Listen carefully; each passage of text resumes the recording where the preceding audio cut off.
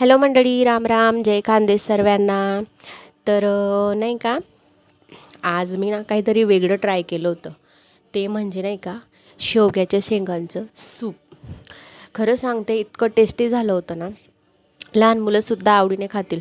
असं वाटत होतं जसं की डिलिव्हरीमध्ये जेव्हा आपल्या आई नाही का ते बाजरीचा पिठाचा घाटा किंवा मग गव्हाचा पिठाचा घाटा असं वगैरे करून देतात ना, त्या पद्धतीने इतकं छान लागत होतं ना, खरंच सांगते. आणि आजकाल कसं झालं आहे माहिती का, ह्या धावपळीच्या जीवनामध्ये सकाळी मुलांचा टिफिन करा, परत सकाळी घरातले कामं, त्यानंतर ऑफिस जॉब, धावपळ, पोरांना सोडायला जा, पोरांना घ्यायला जा, असे भरपूरशा कामांमध्ये काय होतं माहिती का, आपल्याला जेवण भरपूरशा प्रोटीनप्रमाणे आपल्या शरीराला भेटत नाही आणि धावपळीमध्ये गुडघेदुखी, सांधेदुखी ह्या सगळ्या प्रॉब्लेम्स सुरू होतात.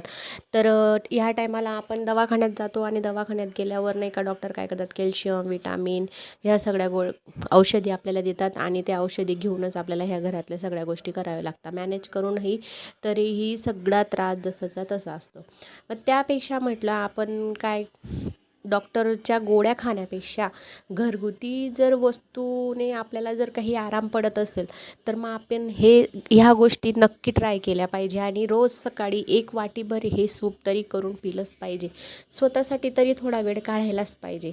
आपण सगळ्यांना वेळ देतो, मुलांना, नवऱ्याला, घराला, सगळ्यांना भरपूर वेळ देतो. आपण कुठंही कमी पडत नाही. पण मग शेवटी प्रश्न आपला येतो. मग त्या ठिकाणी आपण आपला स्वतःची पण काळजी घ्यायला पाहिजे. पुढे जाऊन आपल्याला जास्त त्रास नको व्हायला, म्हणून आपण ह्या गोष्टी केल्या पाहिजे. म्हणून त्यासाठी मी आज शेवगाच्या शेंगांचं सूप केलेलं होतं. आणि कसं केलं आहे, जर तुम्हाला रेसिपी हवी असेल तर मला तुम्ही कमेंटमध्ये रेसिपी लिहून टाईप करा, मी तुम्हाला नक्की रेसिपी देईल.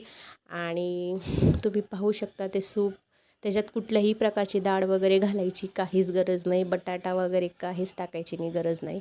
कारण त्या शेंगाच्या एवढ्या अशा असतात की शिजल्यानंतर ते खूप घट्ट होतात आणि खूप छान लागतात. तर अशा पद्धतीने आजची माझी रेसिपी होती. व्हिडिओ आवडला असेल तर व्हिडिओला लाईक करा, शेअर करा, फॉलो करा आणि हो, त्यासोबतच माझ्या यूट्यूब चॅनललासुद्धा सबस्क्राईब करा. तर मग भेटू आपण पुढच्या व्हिडिओमध्ये. तोपर्यंत बाय बाय.